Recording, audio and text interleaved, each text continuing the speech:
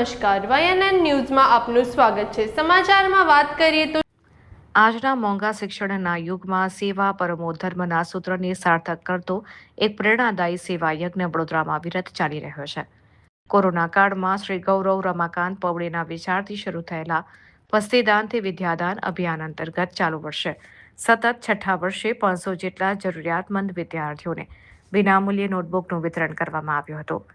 શ્રી છત્રપતિ શિવાજી સહકારી મંડળી લિમિટેડ અને શ્રી છત્રપતિ શિવાજી રાજ્ય વિચાર મંચના અધ્યક્ષ ગૌરવ પવડેના માર્ગદર્શન હેઠળ સંસ્થાના સ્વયંસેવકો ઘરે ઘરે જઈને પસ્તી એકત્રિત કરે છે। આ પસ્તી વેચીને જે ભંડોળ ભેગું થાય તેમાં સંસ્થાના અધ્યક્ષ પોતાનો આર્થિક ફાળો ઉમેરે છે અને તેમાંથી બાળકો માટે નોટબુક ખરીદવામાં આવે છે। નકામી પસ્તીનો સદુપયોગ કરીને ગરીબ બાળકોના શિક્ષણનો દીવો પ્રગટાવવાના અનોખા ભગીરથ કાર્યને સ્થાનિક નાગરિકો અને સમાજના અગ્રણીઓ તરફથી ભારે બિરદાવવામાં આવી રહ્યું છે। રિપોર્ટર રાહુલ રાજપૂત।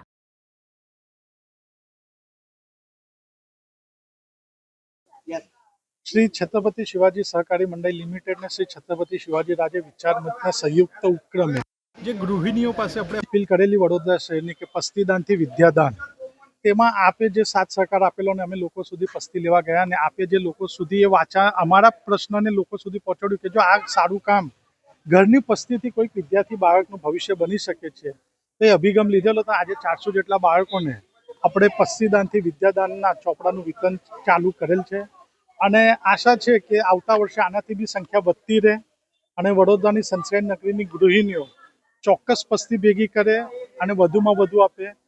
આપણે આ જ કાર્યક્રમ આ જ રીતે હજી મોટા કેવી રીતે કરીએ તો એનું માર્ગદર્શન આપ મીડિયાએ અમને પૂરું પાડો છો, અમને સાથ સહકાર પૂરો આપો છો। એની માટે આપ સર્વ મીડિયાનો ખૂબ ખૂબ આભાર વ્યક્ત કરું છું કે જે આ લોકો ફોર્મ લઈ ગયા છે, જે જરૂરિયાતમંદ છે કે ઘણા 2-4 છોકરાઓ મેં પૂછ્યું તો કે ચાલતા ચાલતા એ લોકો ઠેઠ કોઈ કોઠીથી આવ્યું છે તો કોઈ આજવા રોડથી આવ્યું છે।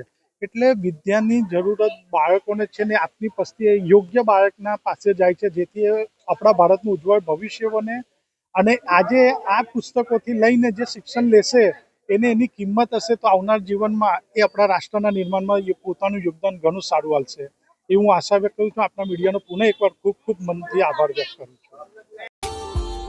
Subscribe now and press the bell icon.